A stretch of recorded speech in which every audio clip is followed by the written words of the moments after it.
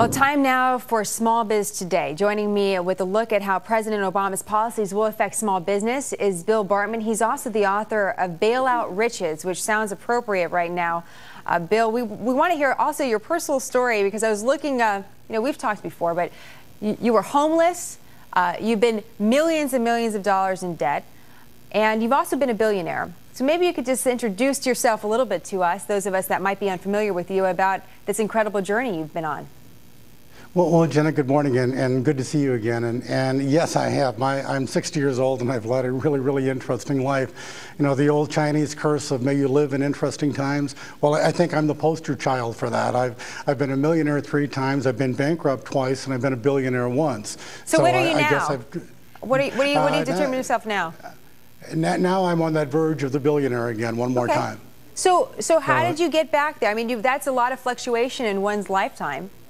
Well, it certainly is, and I think, it's basically one concept, and that's understanding that failure isn't fatal, and failure in most cases is way overrated. That if we learn from our failures, if we learn from our mistakes and look for the opportunity, then we all have the chance to get back up there again. Well, I was really, really fortunate. I found a really unique opportunity, and it's one that's available again, and that's buying bad loans at a discount. Yeah, please, that's exactly what I just want to jump in, because I think that's so important that people understand, hey, how you actually made what turned out to be billions of dollars. You actually convinced a bank to give you a loan to then go out and play in the credit market. So explain a little bit about what you did and also what you're planning to do moving forward. Absolutely, Jenna. Well, back in 1986, my wife Kathy and I were dead broke. In fact, we were in the middle of bankruptcy. We had gone broke in the oil and gas business, and in fact, we were even more than broke. We were $1 million in the hole, plus the bankruptcy. And we went back to the bank that we owed $1 million to and asked them if they would lend us $13,000 to, and that euphemistically, buy a box of loans from the FDIC.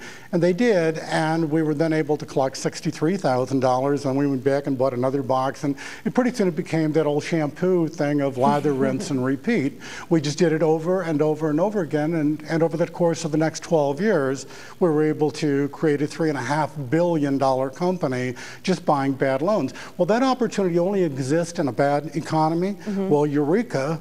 Deja vu, here we are back in a bad economy, so now we're back doing it again the second time. And that's where I want to talk a little bit about what's going on with the current administration, some new regulation, and also the sudden, we haven't talked about PPIP at all. Of course, that's when private firms were going to be able to jump in and buy these toxic assets from some of the financial institutions, and similar to what you actually did several years ago. So first of all, is that still an opportunity that is available given the current climate as we have seen over the past week? And are you still interested in doing something like this and partnering up with the federal government?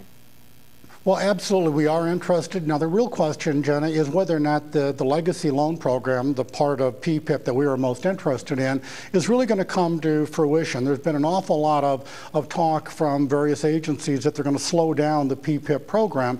But even if they do slow it down, then the other alternative approach that they are now recommending, and it's coming out of the FDIC, recently, as of June 7th, Sheila Bair, the director of the FDIC, indicated that the FDIC was going to go back to the old RTC model, the Resolution Trust Corporation, where the FDIC then just disposes of all of the assets from failed banks. And there were 25 bank failures last year and 37 so far this year, and there's another 305 banks on the troubled list, so there won't be any shortage of inventory of bad loans to buy. I see. You know, Bill, I wish we had longer to talk. I hope to have you back to talk more about this program. But just finally here, over the years, why didn't you just give up? I mean, what kept you going through all of this different turmoil? Well, and Jenna, it's a great question, and I wish there was one answer that I just put in a bottle and sell to people or to give to people or let them drink it or rub on themselves. But I think if there is but one attribute, it's a belief in yourself, even though you fail, and we will fail. And in the baseball or the game of baseball, if you fail 7 out of 10 times, you make it in the Hall of Fame. But in life, we think if we fail one time, then we're a miserable loser and we should never raise our head again. Well, we will all fail, every single one of us, and we just need to know that, that failing is inevitable and failing is natural and failing is a growth process. As long as we look at it optimistically and positively and learn something from it, I'm in favor of failures.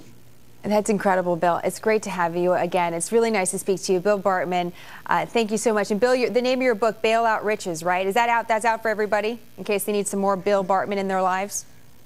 Thank you, Jenna. Okay, great, Bill. Thank you. We'll talk again soon. Thanks, Bill.